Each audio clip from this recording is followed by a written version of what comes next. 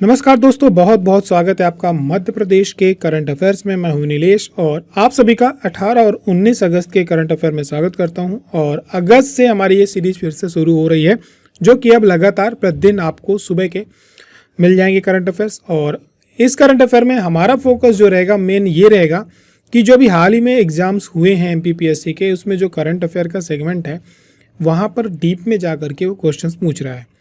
तो जो छोटी छोटी घटनाएं भी हो रही हैं, कई बार बहुत ही ज़्यादा क्या कहते हैं खबरों में रहने वाले क्वेश्चंस ना आकर के उससे जुड़े हुए तथ्यों से प्रश्न बन रहे हैं। तो हमारा फोकस रहेगा कि यदि कोई खबर है तो उससे कौन कौन से प्रश्न बन सकते हैं, उनको भी हम कवर करें।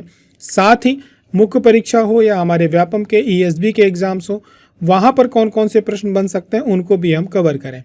और आप सभी के पेपर में जो करंट अफेयर है, चाहे वह नेशनल का हो चाहे मध्य प्रदेश का, अब बहुत ही महत्वपूर्ण हो गया है। लगभग 5 से 10 क्वेश्चंस आप सभी लोगों को आपके पेपर पे मिल रहे हैं। तो ज़्यादा समय न लेते हुए शुरुआत करते हैं आज के करंट अफेयर्स की एक नए विचारों के साथ। आज का विचार है कि जो स्वयं को जीत लेता है वही क्या होता है, सच्चा विजेता है। तो जो स्वयं, यहाँ पर बात किसकी हो रही, स्वयं को जीतने की बात हो रही है, यानी मन के जीते जीते है, मन के हारे हार। इसके लिए आपको करना कुछ नहीं होता, हमें अपने मन को जीतना होता है, स्वयं पर विजय पानी होती। कई बार हम क्या करते हैं, हम दूसरों पर विजय पाने का प्रयास करते हैं। हमें दूसरों पर विजय पाने का प्रयास नहीं करना है, हमें स्वयं पर विजय प्राप्त करनी है, अपने मन को नियंत्रण में रखना है, अपने लक्ष्य के प्रति समर्पित रहना है। हमें किसी से कोई कंपटीशन नहीं रखना, हमें अपने प्रति जिम्मेदार होना और अपने खुद से कंपटीशन रखना है। आप देखेंगे कि आप धीरे धीरे क्या होंगे, आप स्वयं विजेता हो जाएंगे। तो इन्हीं विचारों के साथ हम आगे बढ़ते हैं और जानकारी दे देते हैं कि यदि आप फूड सेफ्टी ऑफिसर के एग्जाम के प्रिपरेशन कर रहे हैं तो एग्जाम गुरु जी के प्लेटफॉर्म में स्टार्ट हो गई है टेस्ट सीरीज 499 की, जिसमें आपको 90 टेस्ट मिल रहे हैं और इसमें आपको टॉपिक वाइज, यूनिट वाइज और FLT भी मिलेगी। मेन बात यह है कि जो आपका एग्जाम होने वाला है वो निगेटिव मार्किंग के साथ होने वाला है, तो ये भी निगेटिव मार्किंग के साथ है। आप नोट्स ऑर्डर करना चाहते हैं तो 997 पे नोट्स आप अपने घर पे मंगवा सकते हैं। प्रिंटेड नोट्स आपके घर पे भेजे जाएंगे बिना किसी अतिरिक्त शुल्क के, यानी कोई कोरियर नहीं लगेगा। आप PDF के लिए नीचे दिए गए नंबर पर आप व्हाट्सअप करेंगे तो आपको यहाँ पे PDF उपलब्ध करा दी जाएगी। और आज का सबसे पहला प्रश्न ये रहा कि अमका झमका मंदिर किस धार्मिक मार्ग योजना में शामिल है। ठीक है, तो देखिए ऐसा है कि अभी आप पिछले पेपर उठा करके देखेंगे तो इसका राइट आंसर क्या है, इसका राइट आंसर है श्री कृष्ण वनगमन मार्ग। तो ये प्रश्न कई प्रकार से पूछा जा सकता है। तो एक तो ये बन सकता है कि अमका झमका मंदिर जो है किस जिले में है या किस जगह में है। दूसरा ये बन सकता है कि ये किस, क्योंकि मध्य प्रदेश में नहीं भारतवर्ष में 2 योजनाएं चल रही हैं। एक तो राम वन पथगमन मार्ग, दूसरा जो वर्तमान मुख्यमंत्री इन्होंने आते ही घोषणा करी श्री कृष्ण वन गमन मार्ग। तो इन दोनों मार्गों में क्या है, जो महत्वपूर्ण मंदिर पड़ते हैं। पंचकोशी एक बार पूछा जा चुका है, PSC में पूछ चुका है, नर्मदा यात्रा से जुड़ा हुआ प्रश्न पूछ चुका है। तो आप सभी को ध्यान में रखना है कि इससे जुड़े हुए प्रश्न लगातार पूछे जाते हैं।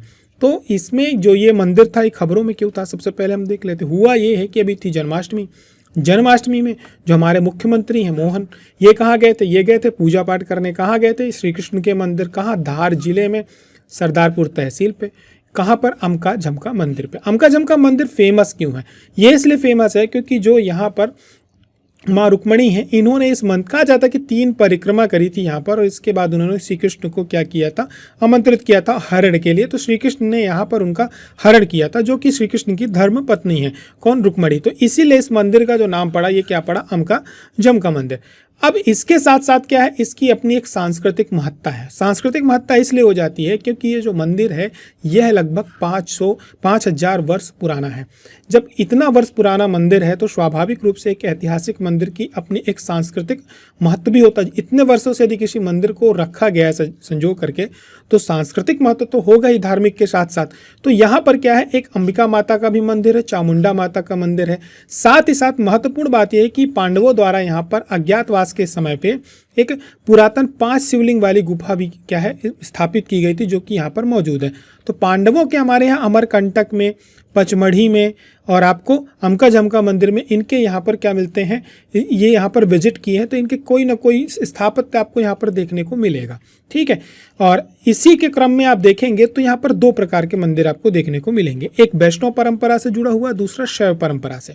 तो शैव मंदिर महादेव, चामुंडा और अंबिका, ठीक, ये दोनों शैव परंपरा, तीनों शैव परंपरा से आते हैं, जो लक्ष्मी नारायण चतुर्भुजनाथ मंदिर है ये वैष्णव परंपरा से आते हैं।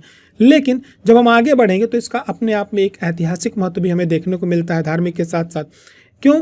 क्योंकि 18वीं 19वीं शताब्दी में जो अमझेरा किला है वर्तमान का, ये वही स्थान है जहां पर राजा राणा बख्तावर सिंह ने अंग्रेजों के विरुद्ध विद्रोह किया था और 1857 की क्रांति के दौरान इन्होंने बलिदान दिया था।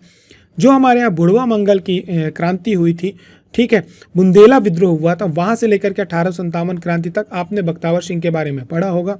और ये वही अमझेरा का किला है जिसके हमने कई बार पेपर में क्वेश्चंस सॉल्व किए हैं, तो ये ध्यान में रखना है। इसके बाद बात होगी कि जब ये सब कार्य हो रहे हैं तो राम वनगमन की तरह प्रशासनिक पहल क्या है इसके लिए, तो प्रशासनिक पहल ये है कि अब तैयार किया जा रहा है श्री कृष्ण वनगमन, जो उज्जैन, नारायणी, इंदौर, मानपुर, अमका झमका मंदिर को क्या करेगा, जोड़ेगा।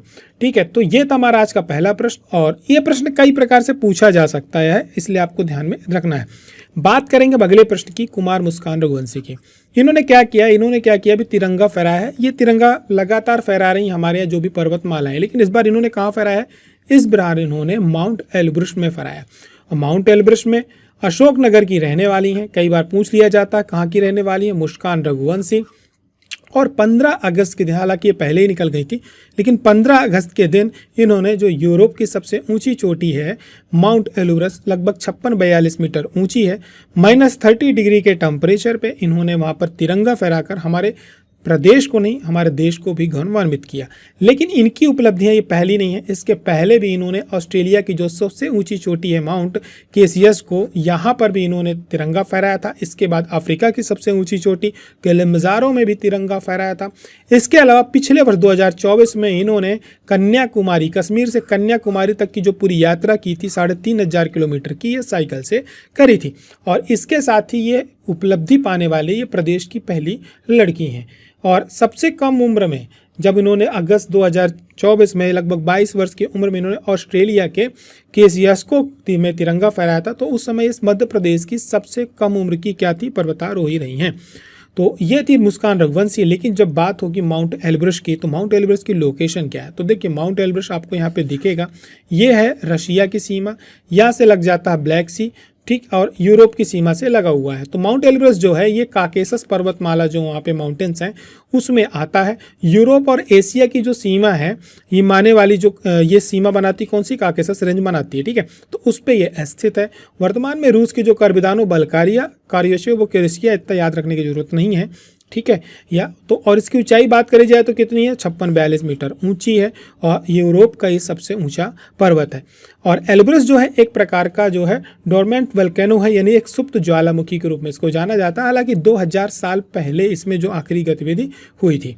बढ़ेंगे आगे की तरफ और आज का जो अगला प्रश्न है वो भी बहुत महत्वपूर्ण है, महलपुर पाठा मंदिर।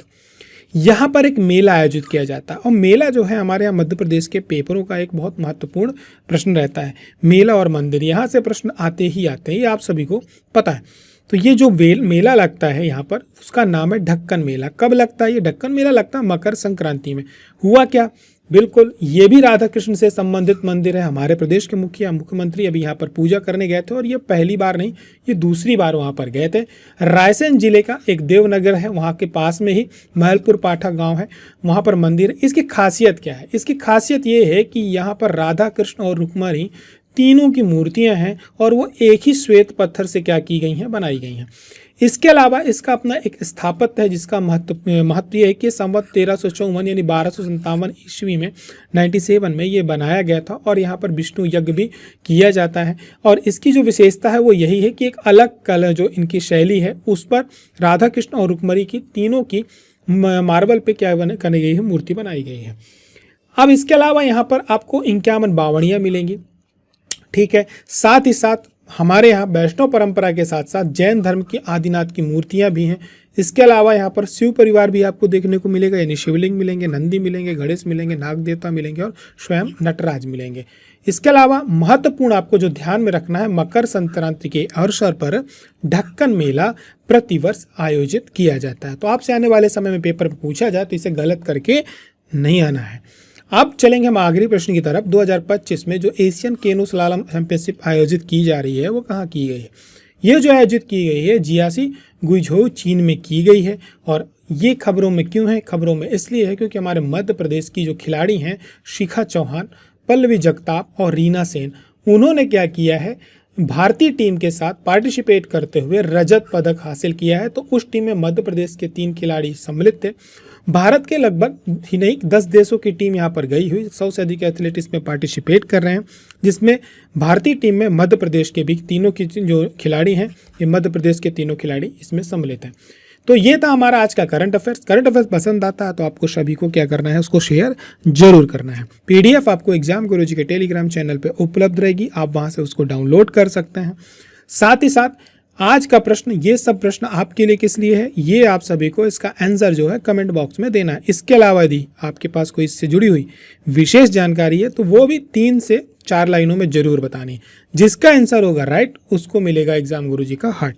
तो प्रश्न ये है कि जो भीमबेटका की गुफाएं हैं, यह इसके समीप किस प्राचीन शिव मंदिर को गुप्तकालीन मंदिर माना जाता है? भोजेश्वर मंदिर, भोजपुर, भीमेश्वर मंदिर, 64 योगिनी मंदिर या मातंगेश्वर मंदिर? तो राइट आंसर नीचे कमेंट करके बताना है।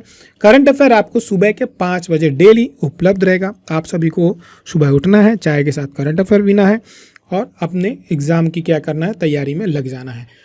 और आप साथ ही साथ यदि असिस्टेंट प्रोफेसर की तैयारी कर रहे हैं, इंटरव्यू की तैयारी कर रहे हैं, तो एग्जाम गुरुजी का प्रोग्राम ज्वाइन कर सकते हैं। ज़्यादा जानकारी के लिए हमारे नीचे दिए गए नंबर पे आप कांटेक्ट कर सकते हैं, व्हाट्सअप कर सकते हैं। काफ़ी अच्छी तैयारी इसमें आपकी करवाई जा रही है। साथ ही पेपर 2 का वीडियो कोर्स है 1997 का, जिसमें आपको test series, e book, doubt session सब कुछ मिलता है। हमारी और आपकी मुलाकात फिर होती है अगले करंट अफेयर्स के साथ। तब तक अपना ध्यान रखें। जय हिंद, जय भारत।